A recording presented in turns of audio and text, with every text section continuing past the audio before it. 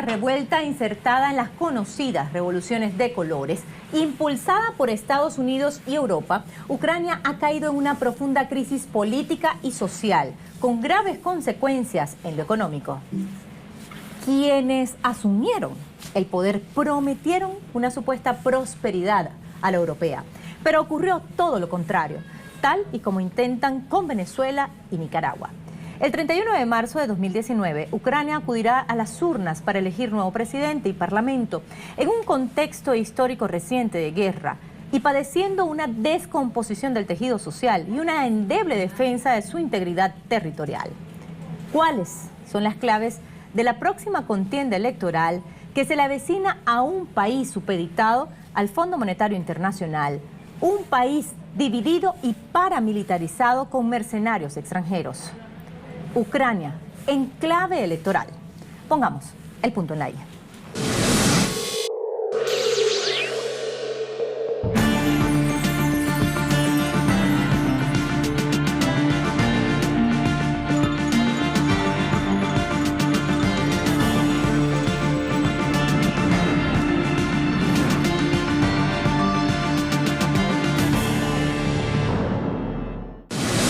Desde las revueltas que para la historia pasarán como Euromaidán del 2013 hasta finales del año pasado, la economía ucraniana se contrajo un 27% y la inflación trepó a un 50% anual, según cifras oficiales. El salario promedio del ciudadano se redujo más de un 20% y las pensiones disminuyeron un 64%. El precio del gas creció 11 veces y también se incrementó el costo de la calefacción y la electricidad. Muy lejana es la Ucrania, que se constituía como gran exportador de granos para Rusia, la Unión Europea y una amplia zona de Oriente Medio. Sin embargo, según un informe de diciembre de 2018, elaborado por el Servicio Estatal de Estadísticas de Ucrania, el 34% de la población, es decir, 14 millones de habitantes, vive debajo del umbral de pobreza.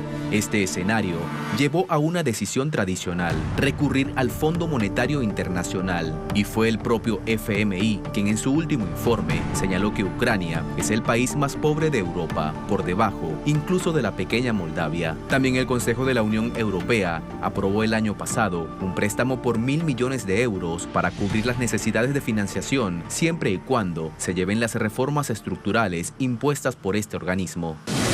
Sirvió como sirven los acuerdos con el Fondo Monetario Internacional en todo el mundo, para generar las condiciones para que las élites tengan beneficios y la mayoría de la población pierda derechos y pierda posibilidades económicas. Eso pasa en Ucrania, como está pasando en Argentina, como pasó en toda América Latina en la época en los 90, en la que el Fondo Monetario se enseñoreaba.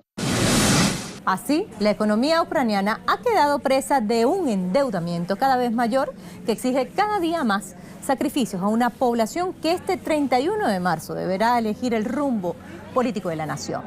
Las encuestas de opinión muestran que la batalla presidencial no será entre candidatos prooccidentales y prorrusos, como ocurrió en las elecciones anteriores, sino más bien entre reformistas y populistas. ¿Cuáles son los candidatos en pugna y de qué van sus proyectos de gobierno? ¿Qué ofrecen los favoritos a una Ucrania que aún vive las consecuencias de una revolución de color? El actual presidente Petro Poroshenko, bajo la consigna Ejército, Fe y Lengua, tiene la intención de mantener vivo el sentimiento nacionalista, a pesar de que es consciente que será imposible recuperar la ciudad de Donbass y la península de Crimea por la vía militar ante el poderío ruso. Respecto a Rusia, Poroshenko plantea que mantendrá una política de paz fría, mientras para el Consejo de Seguridad ruso, la reelección de Poroshenko como presidente agravaría la división en Ucrania. En lo que respecta a la gestión y prontuario político de Poroshenko, en 2016, los Panama Papers revelaron que sus abogados habían construido una compañía offshore para albergar varios de sus negocios en las Islas Vírgenes Británicas. En 2017, también fue citado en el escándalo de los Paradise Papers. Papers. La principal rival de Petro Poroshenko es la líder del partido Patria, Yulia Tymoshenko. Ella plantea que los países occidentales deben endurecer las sanciones económicas a Rusia. Conocida como la princesa del gas, a Tymoshenko se le recuerda por ser una de las empresarias que durante la caída de la Unión Soviética supo hacerse del monopolio del gas. En 2001 fue cesada de su cargo por falsificación de documentos y contrabando de gas natural ruso.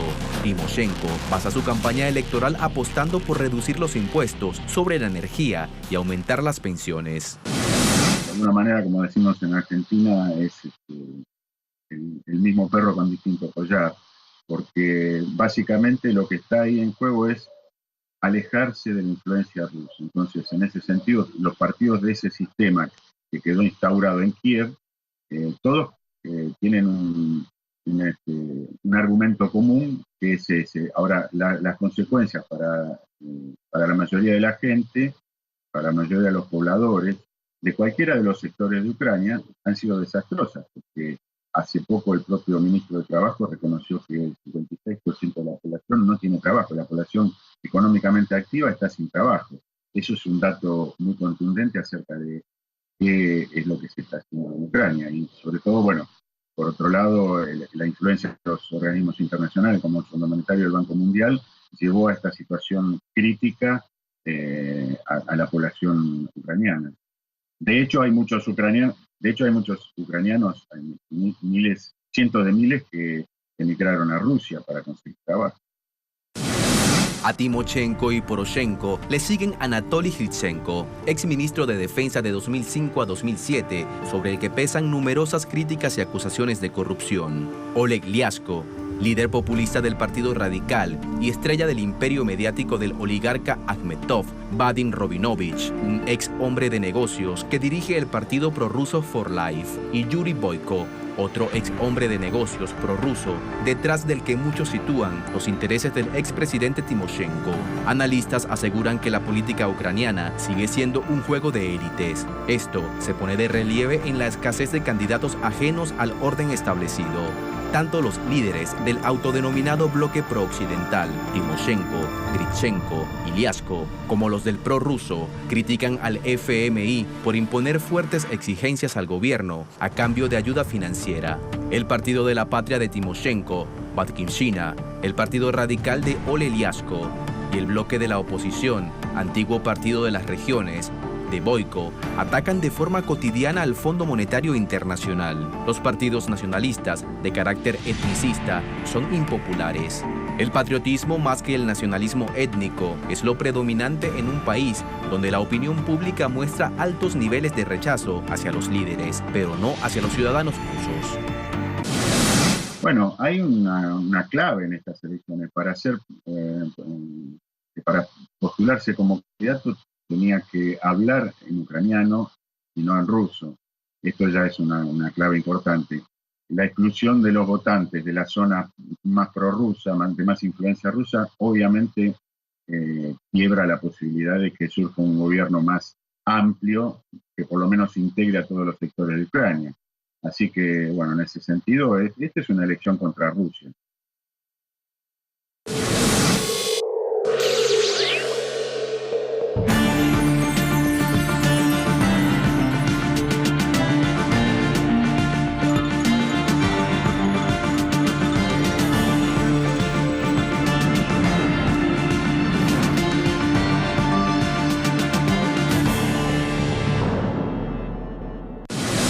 El nacionalismo ucraniano presente en todos los partidos en el poder no ataca la vía hacia la integración en la Unión Europea y son abiertamente pro-OTAN y pro-estadounidenses.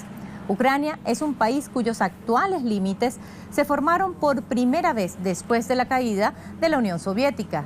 Eso ha complicado construir una historia e identidad común, que fue además desintegrada bajo la injerencia de Estados Unidos y Europa en el 2014.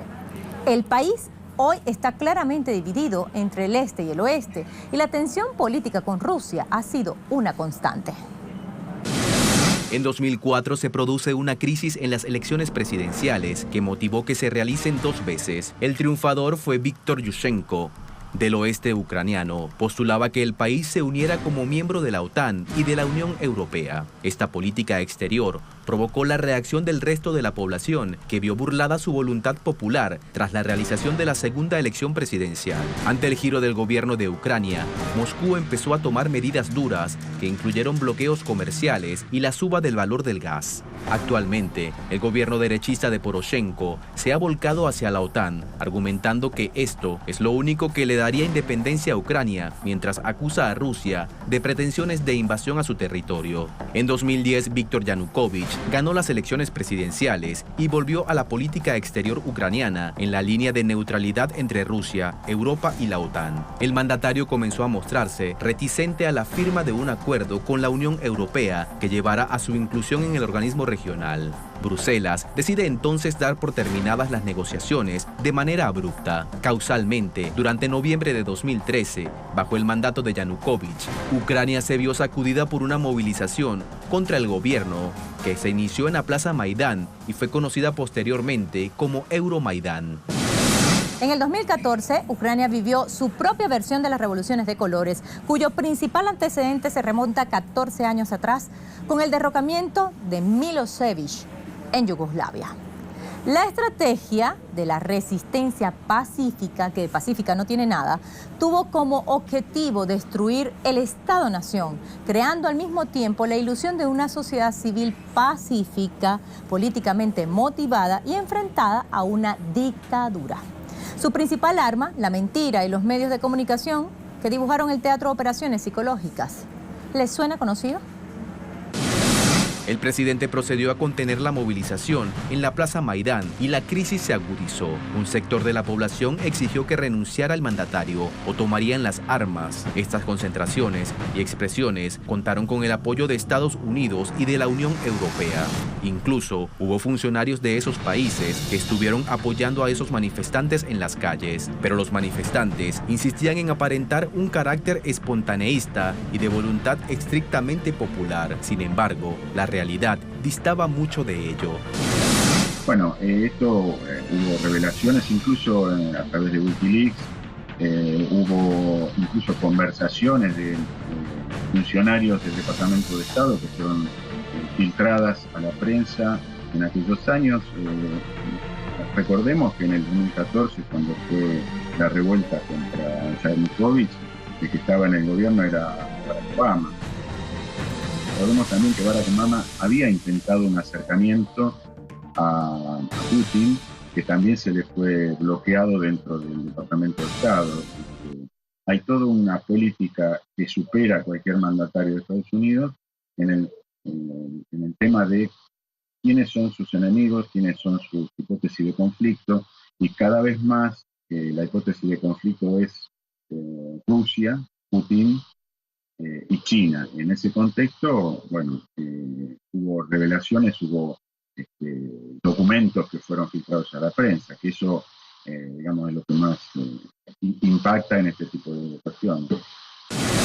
El politólogo estadounidense Jim Sharp habría estructurado la teoría que dieron pie a estas manifestaciones. Según Sharp, las revoluciones de colores, lo que ocurría en Ucrania en ese momento, consta de 3 etapas: protestas y formación de movimientos antigubernamentales, desobediencia social y desprestigio de funcionarios de seguridad pública, derrocamiento silencioso del gobierno de turno, la principal estrategia, una fuerte campaña mediática de figuras foráneas al territorio en disputa. Como consecuencia de la crisis, el presidente Yanukovych tuvo que huir de Kiev y refugiarse en Kharkov, en el este de Ucrania, pero ya sin poder y acusando que había sido víctima de un golpe de Estado. Los diputados a favor del Maidán tomaron el poder y fueron hostiles con el este prorruso. Ante el vacío de poder, esos diputados realizaron una especie de transmisión de poder que no estaba contemplado en la Constitución de Ucrania. En tanto, las regiones del este decidieron que hasta que no se restableciera el orden, las competencias administrativas y políticas recaerían en los organismos locales de gobierno, lo que dividió aún más al país.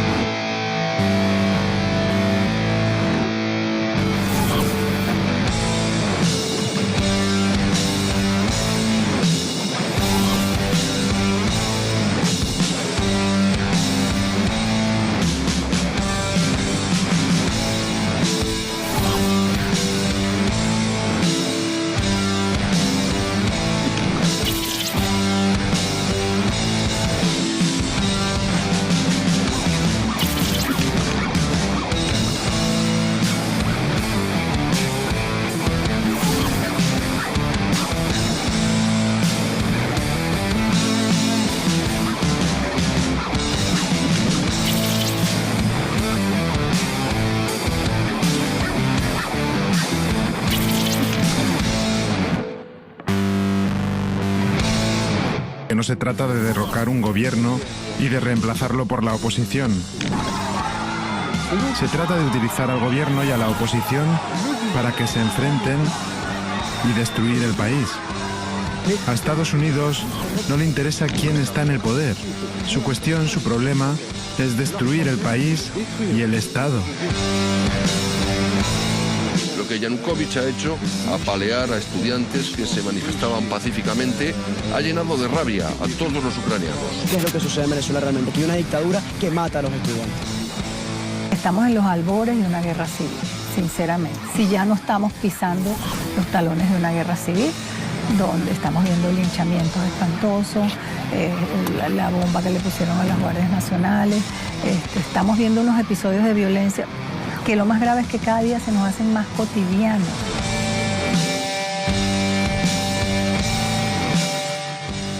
Casas reducidas a escombros, calles por las que ya no camina nadie. Hasta los campos de fútbol son objetivo de los bombardeos en la ciudad de Donetsk. Es la guerra en esa ciudad. Mueren 10 civiles, que se suman a los más de 5.000 muertos que cobra este conflicto. La guerra civil en Ucrania dejó una profunda ruptura entre las repúblicas autoproclamadas de Donbass y el resto del país. Ucrania prohíbe los partidos comunistas. La prohibición afecta a 3 formaciones. Están llegando milicianos de todo el mundo, a uno y otro bando. Lo que está pasando en esta guerra es de manicomio. Pronazis combaten contra otros pronazis. Antifascistas luchan hombro con fascistas. Esto es una cosa de locos. Lo único seguro es que, como siempre y en todas las guerras, son los civiles quienes pagan el precio más alto. Desde el 2014 en adelante, la disputa que hay dentro de Ucrania es entre prorrusos y antirrusos. Precisamente el derrocamiento de Viktor Yanukovych y la llegada al poder de Poroshenko, de Petro Poroshenko, está inscrito dentro de esta disputa. A partir de ese momento vino la anexión o el regreso de Crimea a la área rusa y las disputas en el este y en el sur de Ucrania. Si ganaran los reformistas no va a cambiar mucho eso, o probablemente incluso se potencie, porque digamos que la legitimidad de Poroshenko quedó bastante en duda desde el 2014, desde 2015, y por lo tanto sería un nuevo gobierno que tuviera mucho apoyo popular, cosa que no parece, por lo menos en las encuestas, que vaya a ocurrir. Implicaría que el acercamiento hacia la Unión Europea sería aún mayor. Justamente la disputa es en torno al acercamiento de Ucrania a la Unión Europea. La influencia rusa es parte de la vida ucraniana. Es tan fuerte que genera fracturas étnicas. Un 73% es ucraniana, un 25% de influencia rusa. Particularmente en la zona este y el resto de la población son de diversas minorías. La división también se da a nivel religioso. Los ortodoxos ucranianos dependen del patriarcado de Kiev, en tanto que el resto de los ortodoxos dependen del patriarcado de Moscú. Este contexto sirve de cultivo a la existencia de 2 visiones sobre Ucrania. Una visión nacional del oriente de Ucrania sostiene que debe crearse un país sobre las 2 poblaciones, Ucrania y Rusia. Esa mirada plantea que haya 2 lenguas, en el marco de un Estado bicultural. Por el otro lado, la Ucrania de Occidente confronta con la influencia rusa y dice que debe haber un solo idioma y cultura, la ucraniana. Mientras en Kiev se producía el Euromaidán, el Parlamento de Crimea le pedía protección a Rusia. Es así que el 27 de febrero de 2014, la población de Crimea celebra y recibe con algarabía a las tropas rusas. Pocos meses después, se realiza un referendo en el que abrumadoramente la población se inclina por adherirse a Rusia. En la región de Donbass también se da un movimiento anti-Maidán que contará con el aval de Rusia.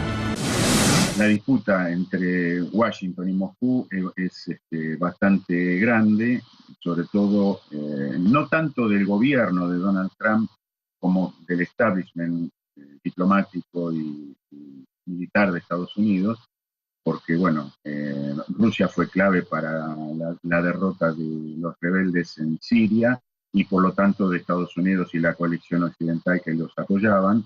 y digamos que ese mismo sector que en Estados Unidos fomentó la guerra en Siria es la misma que apoyaría cualquier tipo de continuidad de una guerra o de la profundización de una guerra civil en Ucrania.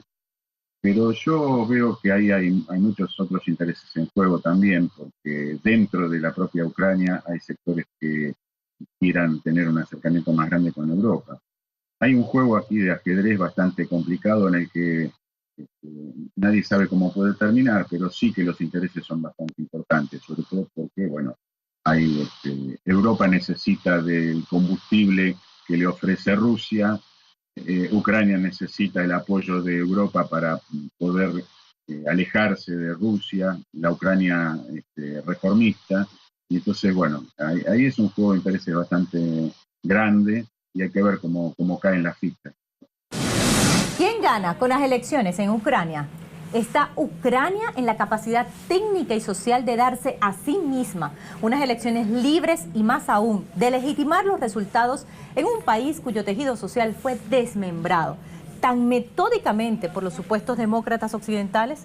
El 31 de marzo, el mundo será testigo de la materialización de los objetivos de una guerra de cuarta generación que se aplica en otros países. No importa quién gane, el pueblo ucraniano sigue perdiendo porque fue cercenada su paz y su estabilidad al derrocar una supuesta dictadura. Pusimos el punto en la I.